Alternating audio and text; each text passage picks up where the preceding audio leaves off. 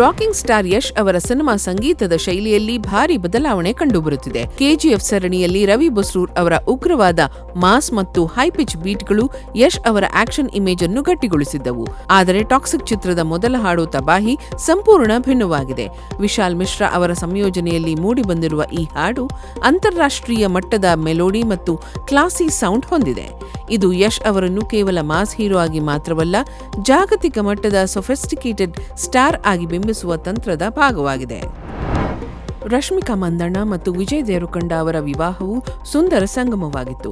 ರಶ್ಮಿಕಾ ತೊಟ್ಟಿದ್ದ ಆ ಕೆಂಪು ಸೀರೆ ಮತ್ತು ವಿಜಯ್ ಅವರ ಕ್ಲಾಸಿಕ್ ಪಂಚೇಶಲ್ಯ ಲುಕ್ ಒಂದೆಡೆಯಾದರೆ, ಅವರು ಧರಿಸಿದ್ದ ಅದ್ದೂರಿ ಪಾರಂಪರಿಕ ಆಭರಣಗಳು ಎಲ್ಲರ ಗಮನ ಸೆಳೆದು ಫ್ಯಾನ್ಸ್ ಮನಗೆದ್ದಿದೆ. ದಿ ಕೇರಳ ಸ್ಟೋರಿ 2 ಚಿತ್ರದ ಕಳಪೆ ಆರಂಭವು ಸಿನಿಮಾ ಮೇಕರ್ಗಳಿಗೆ ದೊಡ್ಡ ಪಾಠವಾಗಿದೆ.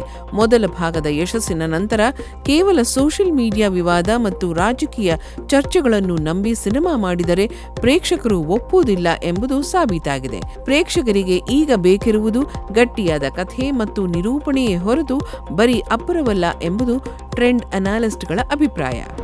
ಮಲ್ಟಿವರ್ಸ್ ಅಂದ್ರೆ ಕೇವಲ ಮಾರ್ವೆಲ್ ಮಾತ್ರ ಅನ್ಕೊಂಡಿದ್ದೀರಾ? ಹಾಗಿದ್ರೆ ನೀವು ಆಡು 3 ಟ್ರೇಲರ್ ನೋಡಲೇಬೇಕು. ಸೌತ್ ಸಿನಿಮಾಗಳಲ್ಲಿ ಈಗ ಟೈಮ್ ಟ್ರಾವೆಲ್ ಮತ್ತು ಫ್ಯಾಂಟಸಿ ಲೋಕದ ಹವಾ ಶುರುವಾಗಿದೆ. ದಕ್ಷಿಣ ಭಾರತದ ಚಿತ್ರರಂಗ ಈಗ ವಾಸ್ತವದ ಗಡಿಯಿಂದ ಫ್ಯಾಂಟಸಿ ಮತ್ತು ಸೈನ್ಸ್ ಫಿಕ್ಷನ್ ಲೋಕಕ್ಕೆ ಜಿಗಿಯುತ್ತಿದೆ. ಜಯಸೂರ್ಯ ನಟನೆಯ ಆಡು 3 ಟ್ರೇಲರ್ನಲ್ಲಿ ಮಲ್ಟಿವರ್ಸ್ ಮತ್ತು ಟೈಮ್ ಟ್ರಾವೆಲ್ ಪರಿಕಲ್ಪನೆಯನ್ನು ಬಳಸಿರುವುದು ಭಾರಿ ಕುತೂಹಲ ಮೂಡಿಸಿದೆ. ಪ್ರಶಾಂತ್ ನೀಲ್ ಅವರ ಸಿನಿಮ್ಯಾಟಿಕ್ ಯೂನಿವರ್ಸ್ನಿಂದ ಹಿಡಿದು ಈ ಹೊಸ ಮಲ್ಟಿವರ್ಸ್ ಪ್ರಯೋಗಗಳವರೆಗೆ ಸೌತ್ ಇಂಡಿಯನ್ ನಿರ್ದೇಶಕರು ಹಾಲಿವುಡ್ ಮಟ್ಟದ ಕಂಟೆಂಟ್ ನೀಡಲು ಮುಂದಾಗುತ್ತಿದ್ದಾರೆ. ಪ್ರೇಕ್ಷಕರ ಬದಲಾದ ಅಭಿರುಚಿ ಮತ್ತು ತಾಂತ್ರಿಕ ಬೆಳವಣಿಗೆ ಹೀಗೆ ನಮ್ಮ ಸಿನಿಮಾಗಳ ಸ್ವರೂಪ ಬದಲಿಸುತ್ತಿರಬಹುದು ಎನ್ನುವುದು ಸಿನಿಮಾ ಪಂಡಿತರ ಅಭಿಪ್ರಾಯ.